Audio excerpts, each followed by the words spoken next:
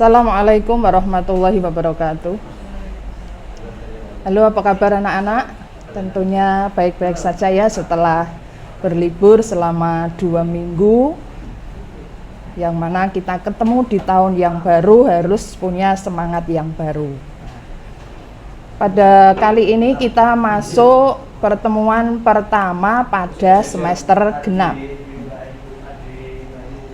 Nah, untuk itu nanti tentunya materinya akan berubah atau melanjutkan dari materi semester gasal, yang mana untuk materi semester genap bab 1 ini kita membahas tentang Khulafaur Rasyidin. Adapun pada pertemuan kali ini nanti tidak semuanya kita bahas secara langsung dalam satu pertemuan, tetapi ada beberapa tahapan. Nah, untuk pertemuan kali ini nanti kita akan batasi untuk pertemuan 1 ini adalah 1, menjelaskan pengertian Khulafaur Rasyidin. Yang kedua, menyebutkan nama-nama Khulafaur Rasyidin. Dan yang ketiga, menjelaskan proses pengangkatan Khulafaur Rasyidin.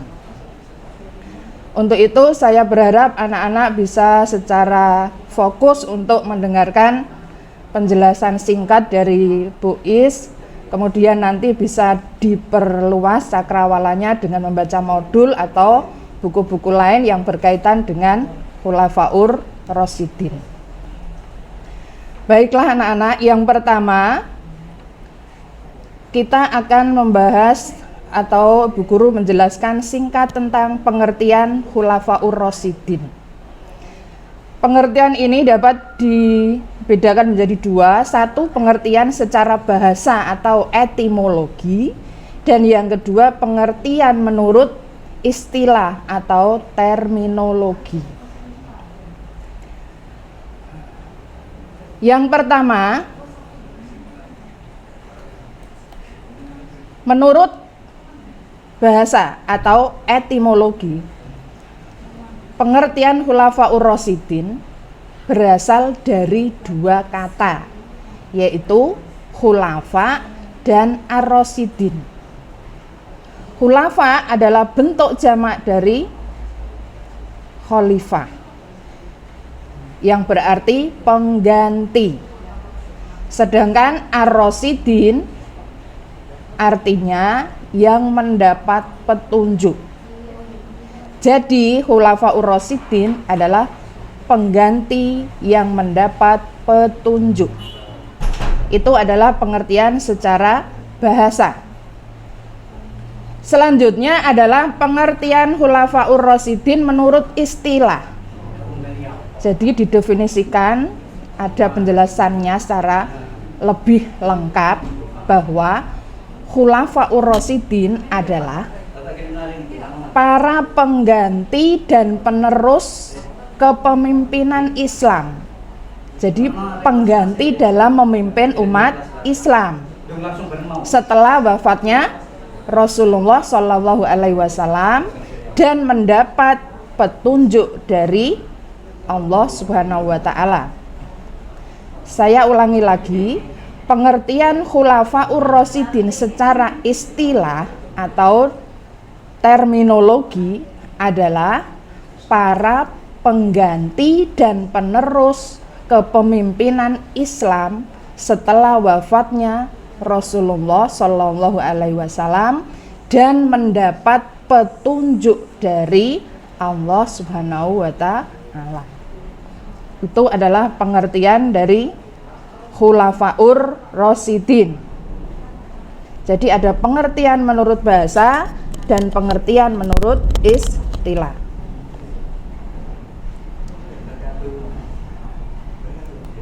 Yang kedua, meskipun ini tidak sesuai dengan yang di modul kalian, tapi tidak apa-apa, saya urutkan secara kronologinya. Jadi sebelum kita pada proses pengangkatan, tadi sudah disebutkan pengertian menurut bahasa dan istilah. Kemudian tadi ada menyebutkan nama-nama Khulafaur Rasyidin. Ini tentunya saya yakin kalian semuanya sudah tahu. Makanya tidak saya cantumkan di PowerPoint ini karena saya yakin kalian sudah hafal di luar kepala. Iya kan? Mosok tidak ngerti. Siapa nama-nama Khulafaur Rasyidin? 1. Abu Bakar As-Siddiq. 2. Umar bin Khattab. Yang ketiga Utsman bin Affan. Dan yang keempat Ali bin Abi Thalib. Itu harus urut ya. Jadi Abu Bakar As-Siddiq, Umar bin Khattab, Utsman bin Affan, dan Ali bin Abi Thalib. Selanjutnya adalah bagaimana proses pengangkatan Khulafaur Rasyidin. Loh, kenapa kok ditanyakan? Karena setelah Rasulullah wafat, kepemimpinan umat Islam kan harus dilanjutkan. Padahal Rasulullah tidak pernah berpesan atau berwasiat siapa yang akan menggantikan beliau. Sehingga untuk proses pengangkatannya nanti masing-masing dari Khulafaur Rasyidin itu tidak ada yang sama, karena memang tidak ada aturannya dalam Al-Quran maupun hadis. Lah bagaimana proses pengangkatannya? Yang pertama, proses pengangkatan Khalifah Abu Bakar As-Siddiq. Setelah Rasulullah wafat, terjadi kegalauan di kalangan umat Islam. Bahkan sampai-sampai Umar bin Khattab itu merasa tidak percaya orang yang sangat dicintainya sudah wafat. Tetapi akhirnya Abu Bakar memberikan penjelasan sampai-sampai akhirnya Umar baru bisa menerima, atau istilahnya kalau sekarang ya sudah move on. Kemudian akhirnya dalam kubu umat Islam berpikir, terus siapa yang menggantikan kepemimpinan umat Islam sepeninggal Rasulullah? Umat Islam nanti siapa yang akan diikuti atau siapa yang harus menjadi pemimpinnya? Sehingga ketika itu kaum Muhajirin dan kaum Ansor bermusyawarah, di mana kaum Ansor mengajukan calon, dari kubu Muhajirin juga mengajukan calon. Terjadilah permusyawarah antara kaum Ansor dan kaum Muhajirin, yang mana kemudian dari kesepakatan atau musyawarah itu menghasilkan kesepakatan, dipilihlah Khalifah Abu Bakar sebagai khalifah yang pertama menggantikan kepemimpinan Nabi Muhammad. Sekali lagi, penerus dan pemimpin umat Islam. Jadi menggantinya itu memimpin umat Islam, bukan mengganti sebagai nabi, karena nabi adalah Nabi Muhammad adalah nabi yang terakhir. Lah mengapa pada akhirnya kesepakatan itu memilih Khalifah Abu Bakar sebagai pengganti Nabi Muhammad? Karena ada beberapa alasan. Di antaranya adalah Abu Bakar adalah sahabat atau orang yang pertama kali masuk agama Islam.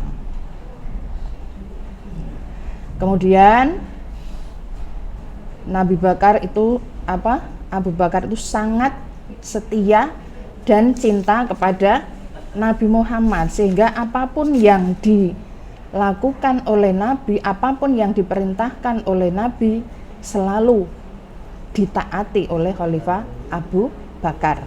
Itu dari zaman Khalifah Abu Bakar, sebelum menjadi khalifah itu sudah bersahabat akrab dengan Nabi, bahkan terlalu sayang dan cinta kepada Nabi Muhammad.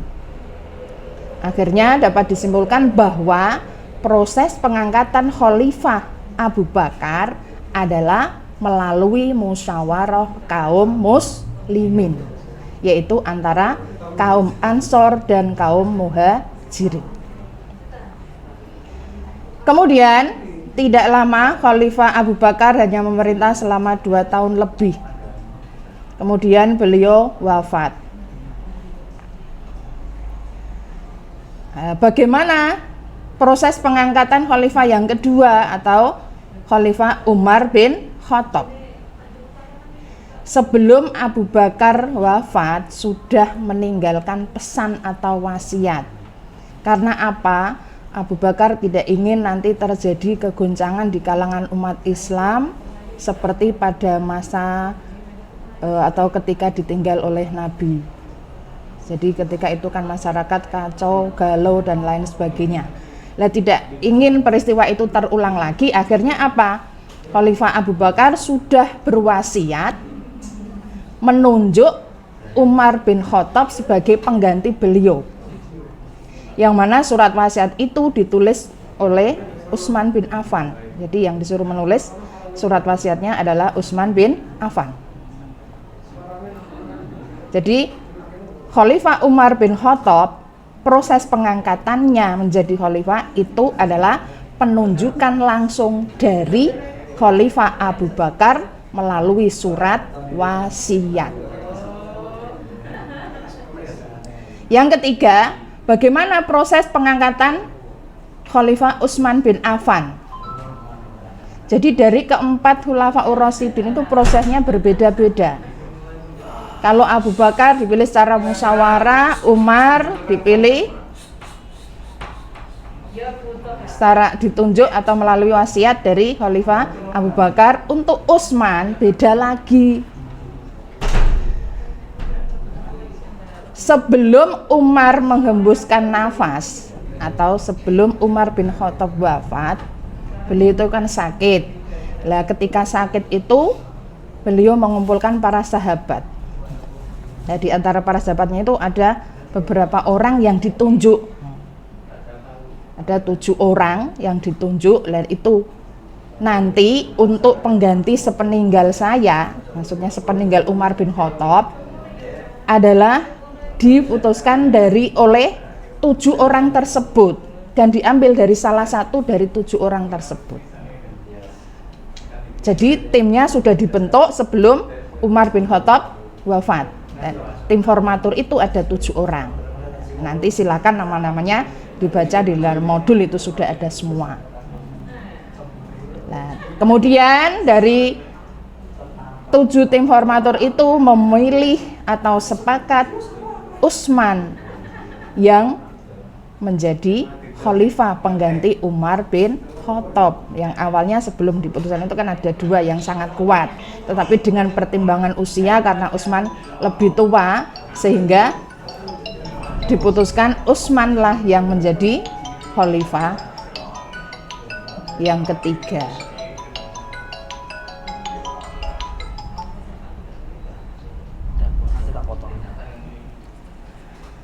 Kemudian yang keempat, Khalifah Ali bin Abi Thalib. Tidak seperti Abu Bakar, tidak seperti Umar, tidak seperti Utsman. Mengapa demikian? Karena pada masa akhir kekhalifahan Utsman sudah ada perpecahan di kalangan umat Islam. Kalian tahu bahwa Utsman memerintah sangat lama sekali. Jiwanya yang santun menjadikan rakyat banyak yang sayang kepada Utsman bin Affan. Sehingga kematiannya menjadikan orang-orang yang sangat sayang kepadanya itu merasa tidak rela kalau Utsman itu wafat, apalagi Utsman matinya dibunuh. Sehingga terjadilah perpecahan di kalangan umat Islam. Mengapa demikian? Orang-orang yang menyayangi Utsman tidak mau memilih atau mengangkat khalifah sebelum kasus pembunuhan Khalifah Utsman dituntaskan. Di sisi lain, umat Islam harus mempunyai pemimpin sebagai penggantinya Utsman, karena bagaimanapun Utsman sudah wafat, tidak mungkin bisa hidup lagi. Sehingga ada 2 kubu, yang satu emosional, yang satu rasional. Yang emosional itu yang pendukungnya Utsman, yang tidak mau mengakui khalifah setelah Utsman. Karena apa? Karena kasus pembunuhan Utsman belum diselesaikan. Nah, yang kelompok yang rasional ini adalah pendukungnya Ali. Meskipun tidak memilih, toh kita pada akhirnya harus memilih pemimpin, maka kita mau tidak mau harus memilih pemimpin yang baru. Sehingga ada kelompok yang tidak sepakat dengan pengangkatan Khalifah Ali bin Abi Thalib. Dan hanya sebagian besar mengakui Khalifah bin Abi Thalib. Jadi dengan demikian dapat kita simpulkan bahwa proses pengangkatan Khalifah Ali bin Abi Thalib adalah persetujuan mayoritas umat Islam. Jadi ada kata mayoritas, berarti tidak semua.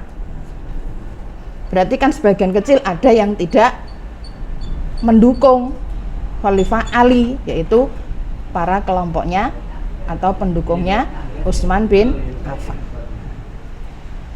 Barangkali itu yang bisa saya sampaikan. Jadi ada 3 indikator tadi. Yang pertama pengertian Khulafaur Rasyidin, yang kedua nama-nama Khulafaur Rasyidin, dan yang ketiga proses pengangkatan Khulafaur Rasyidin.